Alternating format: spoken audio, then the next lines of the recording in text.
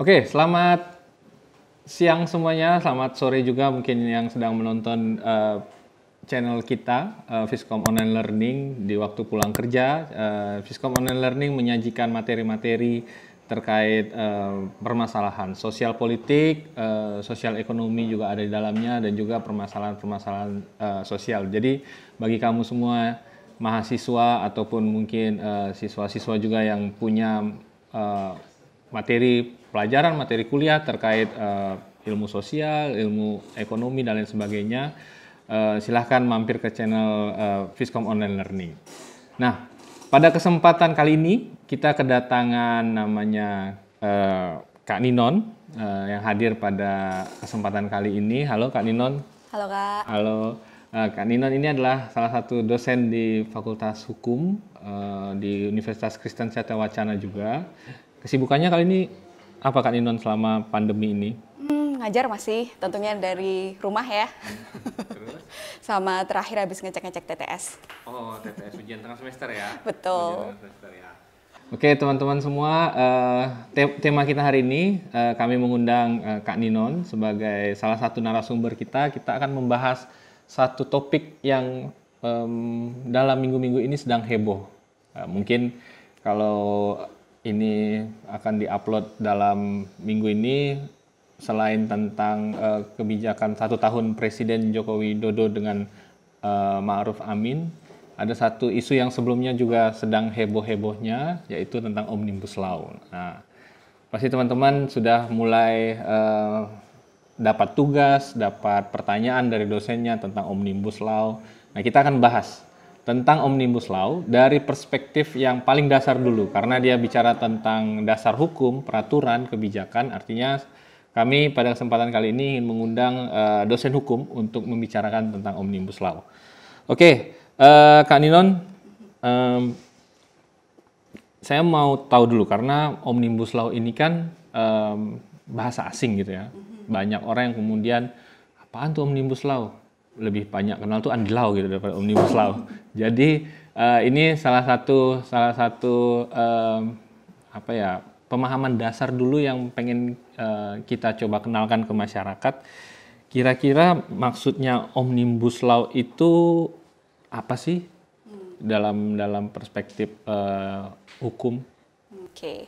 Omnibus Law ya, ini kata yang benar-benar asing ya. Kadang orang bilang undang-undang sapu jagat dan lain sebagainya gitu. Nah, saya akan mulai dari yang harafiah dulu gitu. Nah, saya akan ambil ini dari Black Laws Dictionary. Jadi ini kamus yang memang diperuntukkan untuk orang-orang hukum karena memang bahasa kan sangat teknis sekali untuk ilmu hukum gitu. Nah, di Black Laws Dictionary ini didefinisikan Omnibus Law itu sebagai a single bill containing various distinct matters. Artinya ini ada satu dokumen yang dikeluarkan oleh pemerintah, sifatnya undang-undang, yang dia mengandung isu-isu yang sangat beragam. Gitu. Jadi nggak heran kalau misalnya kita lihat undang-undang Omnibus Law ini sebenarnya dia mengatur banyak sekali area gitu. Jadi sebenarnya kalau kita mau telusuri gitu ya, lebih jauh sebenarnya tujuan dari Omnibus Law ini untuk mengatur berbagai hal yang pada akhirnya itu menyasar pada satu isu besar yang ada di dalam suatu negara gitu. Kan biasanya kan dalam satu hal gitu ya, kita mau memecahkan masalah ini, terkadang masalah ini dia terkait dengan berbagai sektor gitu. Nah, inilah yang kemudian kita mau mencoba untuk mengharmonisasikan supaya satu goal ini dia tercapai gitu. Jadi itulah Omnibus Law. Omnibus Law. Jadi Omnibus Law itu ada banyak sektor yang ingin di shape-kan, disederhanakan itu jadi satu peraturan atau satu undang-undang. Nah, kalau ini kan saya tergolong orang awam dalam sudut pandang hukum ya. Jadi saya cuma mungkin tidak membaca secara spesifik, tapi saya juga melihat beberapa infografis yang kemudian sering dikeluarkan dari beberapa sumber-sumber yang bagi saya kredibel. Ada satu hal yang sama, bahwa Omnibus Law itu kemudian menyederhanakan kurang lebih 3 undang-undang atau peraturan di dalamnya.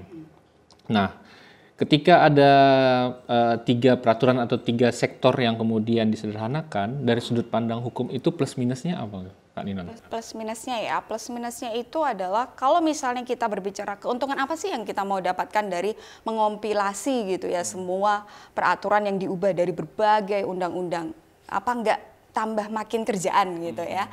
Nah sebenarnya kalau kita mau lihat keuntungan yang mau kita gunakan dari Omnibus Law, jadi sekali lagi saya mau klarifikasi kalau misalnya kita ngomongin Omnibus Law itu sebenarnya bukan judul undang-undang, tapi itu adalah teknik untuk membuat peraturan perundang-undangan, karena itu agak berbeda ya kalau di kita dalam situasi normal pembentukan peraturan perundang-undangan itu ada tahapnya. Tetapi kalau kita mau ngomongin Omnibus Law ini memang kita ini memang merupakan teknik untuk mempercepat gitu. Jadi keuntungan yang didapat itu adalah salah satunya akselerasi proses legislasi gitu. Karena apa? Ini akan membuat biasanya kalau di proses normalnya tadi yang saya bilang itu kan kita ada biasanya di hukum itu ada lima tahap. Ada masa perencanaan, kemudian ada penyusunan, outputnya itu NA dan RUU, kemudian pembahasan, itu outputnya nanti RUU yang dia disetujui bersama oleh DPR dan juga Presiden. Nah itu yang terakhir yang digembor-gemborkan oleh media gitu, yang kemudian membakar semangat dari masyarakat gitu. Kemudian yang selanjutnya itu adalah pengesahan. Nah pengesahan ini dia ada di Presiden. Gitu. Jadi tidak dilakukan oleh DPR. Jadi ini kebanyakan media ini juga salah menangkap informasi, kemudian dia membuat judul menolak pengesahan dari RUU Cipta Kerja. Padahal gitu ya, pengesahan itu belum terjadi. Yang terjadi itu baru persetujuan DPR dengan Presiden. Nah, pengesahan ini siapa yang melakukan? Ini adalah Presiden. Eksekutif ya? Ya, eksekutif. Baru kemudian masuk ke tahap pengundang-undangan. Itu dilakukan oleh Presiden dengan kementerian terkait gitu. Nah, untuk yang proses normal ini pada saat pembahasan biasanya yang kalau kita itu mau membahas suatu RUU gitu ya, itu biasanya kita membahas per pasal. Jadi pasal per pasal kita bahas nih, ribut nih misalnya di parlemen gitu ya. Pembahasan, kemudian konsekuensi hukumnya seperti apa, itu per pasal. Tetapi kalau dengan metode Omnibus Law ini gitu ya, dia tidak membahas per pasal, tapi langsung per bagian. Kayak misalnya di RUU Cipta Kerja ini kan kita kan ada 11 klaster kalau tidak salah yang diatur di dalam RUU Cipta Kerja. Nah, yang kemudian menjadi pembahasan di dalam parlemen itu tidak kemudian kita susuri dari pasal 1 sampai halaman yang kita punya berapa seribuan gitu ya halaman dibahas nih satu-satu, enggak. Ya, kalau di Omnibus Law itu dia lebih langsung per bagian mana yang mau kita bahas, konsekuensinya apa ya gitu. Jadi itu untuk apa? Itu untuk sebenarnya menghemat waktu sebenarnya. Jadi teknik Omnibus Law ini yang kemudian menjadikan proses legislasi itu sebenarnya dia lebih cepat. Gitu. Itu plusnya berarti, kalau minusnya begitu? Kalau minusnya itu kita tergantung sebenarnya Omnibus Law ini kan tergantung dukungan politik ya. Selama DPR kemudian masyarakat kita menyetujui, oh iya kita harus lakukan percepatan legislasi ini. Gitu. Nah itu kita go ahead dengan Omnibus Law gitu ya. Lalu misalnya kelemahan yang lainnya itu adalah ego sektoral. Jadi antara kadang itu karena ego dari kementerian maupun dari agen pemerintah yang lain gitu ya, itu kan masa saya mau sih membahas ini bersama-sama dengan yang lain gitu. Jadi ego sektoral itu masih ada sehingga ya kalau mau buat undang-undang sendiri aja dong, nggak usah dijadikan satu. Nah, kadang ada kelemahan-kelemahan yang seperti itu. Tapi kalau sudah oke berarti ego sektoralnya otomatis harus hilang dong ya? Harusnya hilang, seharusnya gitu ya. Minusnya bisa jadi positif ya? Betul gitu. Oke. Nah, itu tentang plus minus dalam Omnibus Law. Omnibus Law mengatur, yang paling penting pasti mengatur tentang undang-undang tenaga kerja. Karena dalam bahasa media suka dikatakan Omnibus Law atau Undang-Undang Cipta Kerja. Jadi artinya dalam bayangan orang awam 80-90% mengatur tentang tenaga kerja di Indonesia. Nah, kalau kita tahu kan tenaga kerja di Indonesia, ini mungkin saya kurang update atau bagaimana, itu kan didasarkan pada Undang-Undang Nomor 13 tahun 2003 tentang ketenaga kerjaan. Nah, kalau kemudian Omnibus Law ini tadi entah per klaster atau bagaimana itu sudah mulai berjalan, sudah menjadi satu undang-undang, apakah kemudian undang-undang yang sebelumnya dibuat itu tidak berlaku lagi atau justru mereka memasukkan jadi satu bagian dalam Omnibus Law? Nah, menurut Kak Ninon sendiri, kalau hal itu sempat terjadi, apa kemudian kurangnya undang-undang ini sehingga undang-undang yang 13 tadi, sehingga kita perlu sebuah dasar hukum yang baru yang sedang dibicarakan ini? Oke, yang pertama merujuk kepada pertanyaan pertama ya. Kalau misalnya ada undang-undang ini, lalu undang-undang yang sebelumnya gimana? Undang-undang ketenagakerjaan gitu. Nah, satu prinsip yang kita harus ketahui bersama bahwa Omnibus Law atau RUU ini ya, RUU Cipta Kerja ini itu sifat dan jenisnya itu sama dengan undang-undang yang lain. Jadi dia sebenarnya secara bentuk, secara formal, dia itu bukan sesuatu yang sangat spesial banget. Karena bentuknya sama, undang-undang gitu. Jadi dia dipersamakan dengan undang-undang yang lain termasuk dengan undang-undang ketenagakerjaan gitu.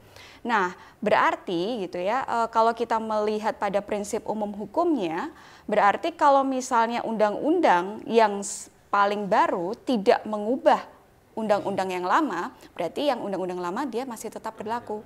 Begitu. Jadi begitu pula dengan undang-undang yang lain ya, karena kan ini kan RUU Cipta Kerja ini kan tidak hanya naker tapi juga ada investasi, UMKM dan koperasi dan lain sebagainya ya.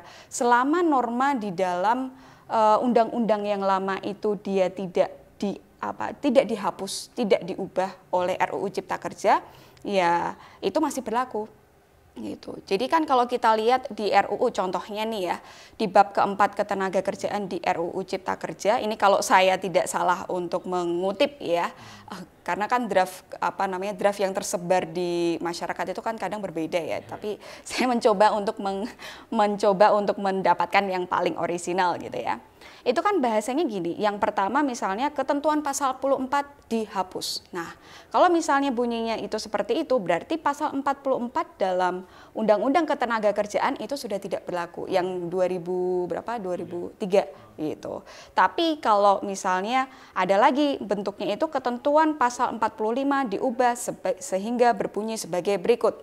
Nah, berarti nih gitu ya, pasal 45 yang di undang-undang lama itu sudah tidak berlaku lagi karena sudah karena sudah diubah dengan di RUU yang baru ini gitu. Nah, kalau misalnya nggak ada di situ, ini pasalnya yang di RUU kok nggak ada nih, kok dia tiba-tiba dari pasal 45 misalnya, kok tiba-tiba loncat ke 48. Oh, berarti pasal 46 sama 47 itu masih menggunakan undang-undang yang lama.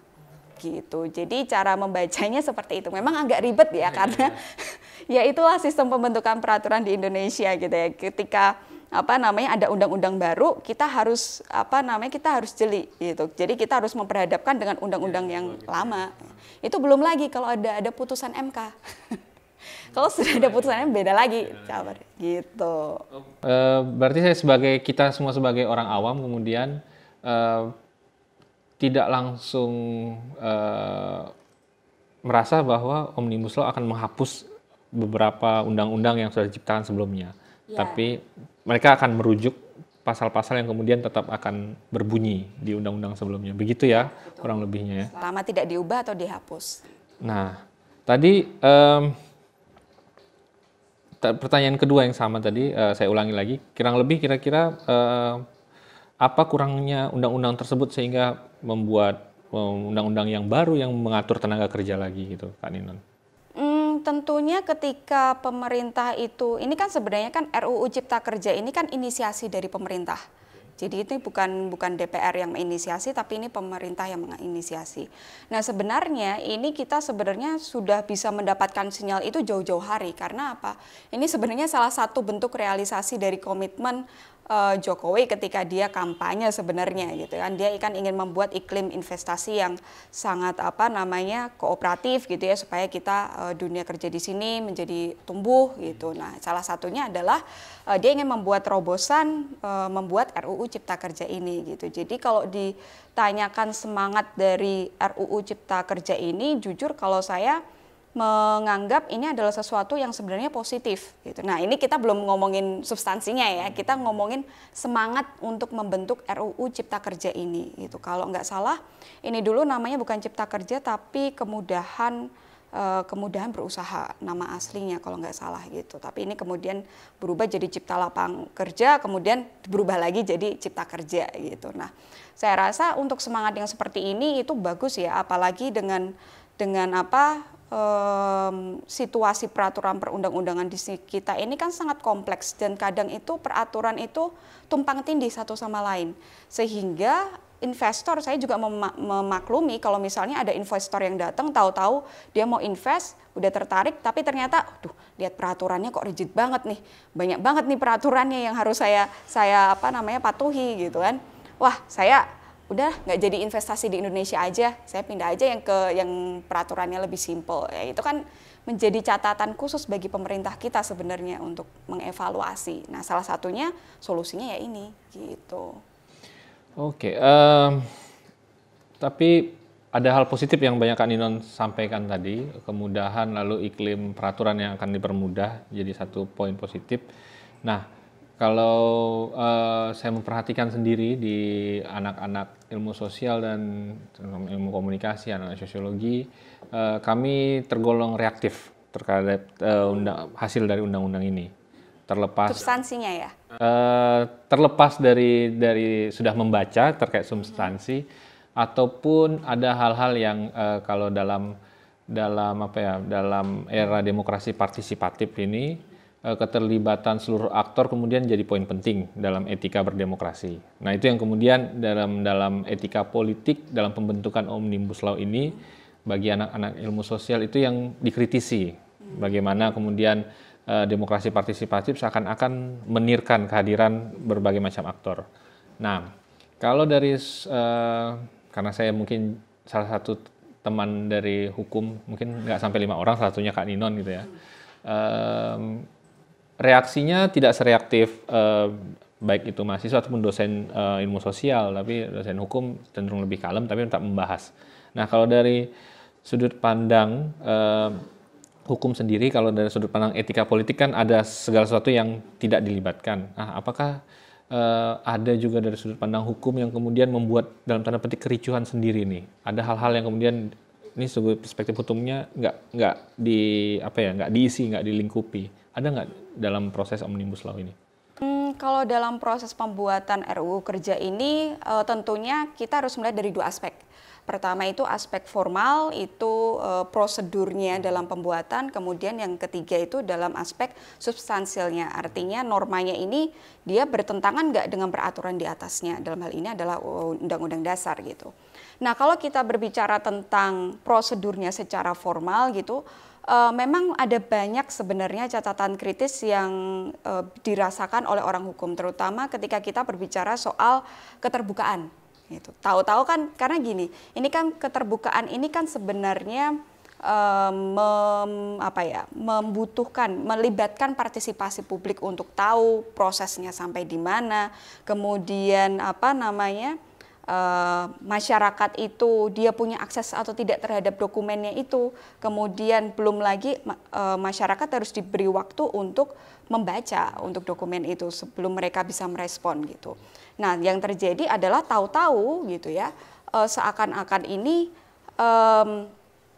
masyarakat Indonesia itu langsung taunya waktu itu sudah masuk ke pembahasan gitu. Jadi mungkin masyarakat merasa kaget gitu ya, sehingga merasa ini keterbukaan terhadap proses pembentukan RUU Cipta Kerja ini dirasa ya kurang begitu transparan gitu. Jadi apa yang mau dikritisi di sini sebenarnya gini, dari pihak legislator maupun eksekutif gitu ya, itu mungkin kurang penyampaian informasi kepada masyarakat ini masih kurang masif, sehingga masyarakat yang di satu sisi mereka terbatas akses terhadap itu informasi itu, di satu sisi mungkin ada orang yang kemudian menggunakan kesempatan ini kemudian munculkan hoax gitu ya, supaya ribut gitu ya, mumpung ini pandemik kan gitu mungkin, jadi maksimalkan aja gitu. Jadi ini yang kemudian salah kaprah terjadi di masyarakat, membingungkan masyarakat, yang jadinya ya minggu lalu kita lihat di TV gitu. Oke. Berarti ada dua hal menarik nih. Tadi formal, etika formal ya. Etika formal berarti hampir sama dengan anak-anak ilmu sosial. Etika formal dalam sudut pandang sosial berarti etika politiknya memang sama-sama tidak ada keterbukaan, tidak ada perlibatan terutama bersama. Lalu tapi kalau bisa dibilang dari sudut pandang hukum substansinya justru menarik gitu ya bagi teman-teman hukum ya, karena memudahkan kerjaan ya. Kerjaan, memudahkan dan lain sebagainya gitu ya. Tapi itu juga harus hati-hati ya, karena di isu-isu soal ketenaga kerjaan yang dia diterima oleh masyarakat itu kebanyakan justru itu hoax. Gitu. Contohnya apa? Contohnya kalau hoax yang kita santer ini ya, itu kan wah RUU Cipta Kerja nih gitu ya, ini membuat libur pekerja itu jadi berkurang, tenaga kerja itu berkurang gitu. Kenyataannya kalau kita lihat nih apa namanya di pasal 78 dari RUU Cipta Kerja gitu ya, itu kan dia kan mengatur soal waktu kerja gitu. Nyatanya ketika kita bandingkan RUU Cipta Kerja dengan Undang-Undang Ketenagakerjaan, ini sama-sama RUU Cipta Kerja ini dia juga mengatur 5 dan 6 hari kerja gitu. Nah, cuma perubahannya memang ada. Misalnya yang di undang-undang lama peraturan lebih teknisnya dia diatur dalam keputusan menteri. Tapi kalau misalnya di yang baru, nah ini diatur oleh PP. Gitu, peraturan menteri gitu, dan juga ada tambahan klausula di situ, jam kerja diatur dalam perjanjian kerja perusahaan, peraturan perusahaan dan perjanjian kerja bersama. Nah itu yang sebenarnya nggak ada di pasal 78 yang dulu gitu. Jadi tenaga kerjaan nggak ada ya, nggak dibahas itu ya? Ya di undang-undang Naker itu nggak ada, tapi di RUU ini dia menambahkan itu. Atau misalnya istirahat dan cuti, bilang bahwa oh sekarang itu ketentuan istirahat panjang itu tidak ada gitu ya. Ya. Itu hoaxnya ya? Itu kalau yang itu benar. Itu benar.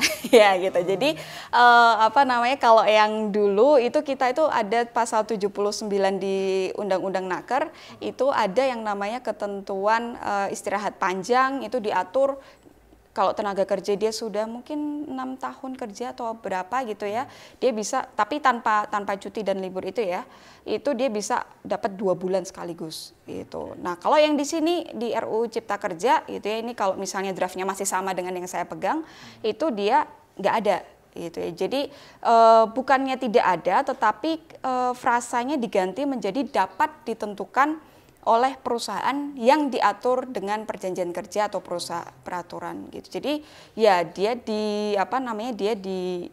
diserahkan dalam tanda kutip gitu ya, keputusannya ke perusahaan gitu. Nah, gitu. Jadi ini agak berbeda dengan komen Menaker di podcast orang yang terkenal itu ya. Yang klimis gitu, mungkin nggak ada rambut. Iya, betul yang itu. Kita nggak nyebut merek ya teman-teman ya. Tapi kan itu podcast konfirmasi, tapi ini kita bahas dalam jalur akademik ya teman-teman. Oke, itu beberapa poin penting tadi tentang Omnibus Law. Nah, kita sedang berandai-andai aja, kita agak slow down sedikit ya, agak relaksasi sedikit. Kalau Kak Ninon, ini kan Kak Ninon masih muda ya. Ya masih muda lah. Kalau kita bayangan dosen biasanya kan sudah rambutnya putih gitu, lalu kemudian ya sudah berumur. Saya nggak tahu, dan juga di tempat Kak Ninon ada yang beralih juga, banyak juga yang jadi politisi gitu kan. Nah itu juga di tempat Kak Ninon juga ada banyak, karena Fakultas Hukum di UKSW tergolong fakultas yang sudah mapan. Jadi ada banyak akademisi yang jadi praktisi. Nah kalau suatu saat terjadi hal yang serupa sama Kak Ninon, lalu kemudian kita bicara atau mengandai-andaikan suatu saat Kak Ninon jadi politisi dan punya kekuasaan untuk membuat undang-undang, legislator. Nah, kira-kira yang paling penting saat ini diatur dan dibuat di Indonesia itu undang-undang apa Kak Ninon? Oke, ini berandai-andai ya, meskipun mungkin itu tidak akan terjadi. Siapa tahu nanti terjadi. Waktu nonton ini yang Kak Ninon bicarakan tahun 2020 terjadi nih waktu saya nonton 2031 gitu kan, siapa tahu. Berat. Iya, jadi gini, urgensi undang-undang apa yang bisa saya mau usulkan gitu ya. Kalau kita mau berbicara soal situasi yang sekarang sama gitu ya, pandemik gitu ya.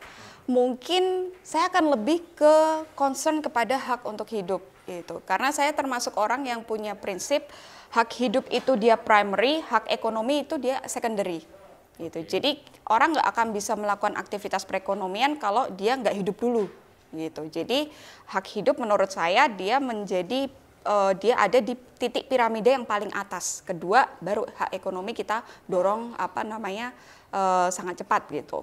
Nah, yang terjadi saat ini, saya sih merasa sistem pemerintahan Jokowi ini dia lebih concernnya itu lebih ke bagaimana pemulihan ekonomi gitu ya. Jadi banyak sekali kebijakan eksekutif yang dia lebih concern ke hak ekonomi. Contohnya ya di Undang-Undang Nomor 2 Tahun 2020 yang lalu, yang sebenarnya itu juga praktek Omnibus Law gitu ya.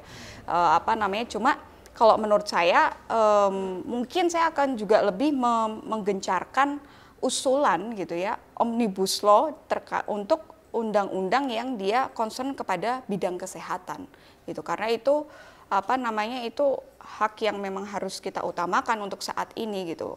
Jadi di satu sisi kesehatan kita maju kalau kita ini sudah kan, kalau misalnya usaha pemutusan COVID ini dia bisa maksimal kan, itu nanti kan ditandai dengan menurunnya jumlah pasien terkonfirmasi. Berarti kemudian setelah itu baru kita mikir ekonominya mereka harus kita gimana kan untuk pemulihan. Kalau saya pada posisi yang seperti itu gitu. Jadi itu untuk jangka waktu yang ini ya. Yang lama ya. Iya gitu. Hak untuk hidup ya. Jadi belum diatur ya selama ini di Bumi Pertiwi ini ya, hak untuk hidup. Atau sudah ada? Sebenarnya sudah ada, tetapi sepertinya prioritas pemerintah sampai dengan saat ini yang saya lihat itu dia cuma hanya fokus kepada hak ekonomi itu. Ya make sense sih, mungkin Pak Jokowi juga mungkin berpikir bahwa orang yang kecil pun gitu ya, itu dia juga harus dipikirkan, mungkin dia tidak COVID tapi kegiatan ekonominya mati gitu. Tapi saya pikir ini yang harus kita bukan dikorbankan ya. Pemerintah harus bisa menimbang mana sih prioritas yang lebih penting terlebih dahulu, yang lebih utama gitu. Oke, terima kasih Kak Ninon untuk waktunya. Kita tos dulu dong, tos corona teman-teman. Stay healthy semuanya teman-teman, tetap jaga kesehatan. Terima kasih sudah menonton dengan setia akun channel Viscom Online Learning terkait tentang Omnibus Law. Semoga membantu dalam pembuatan tugas. Dah. 그림자를 가른 한 줄깃빛 어둡기만 한 내 삶을 뒤집어 놓은 너 나 어쩌면 아무것도 아닐지 너를 만나기 전엔 그저 보잘것없던 나 에이 보잘것없던 나 그저 내 삶은 다 하루를 대충 때우기에 급급했었잖아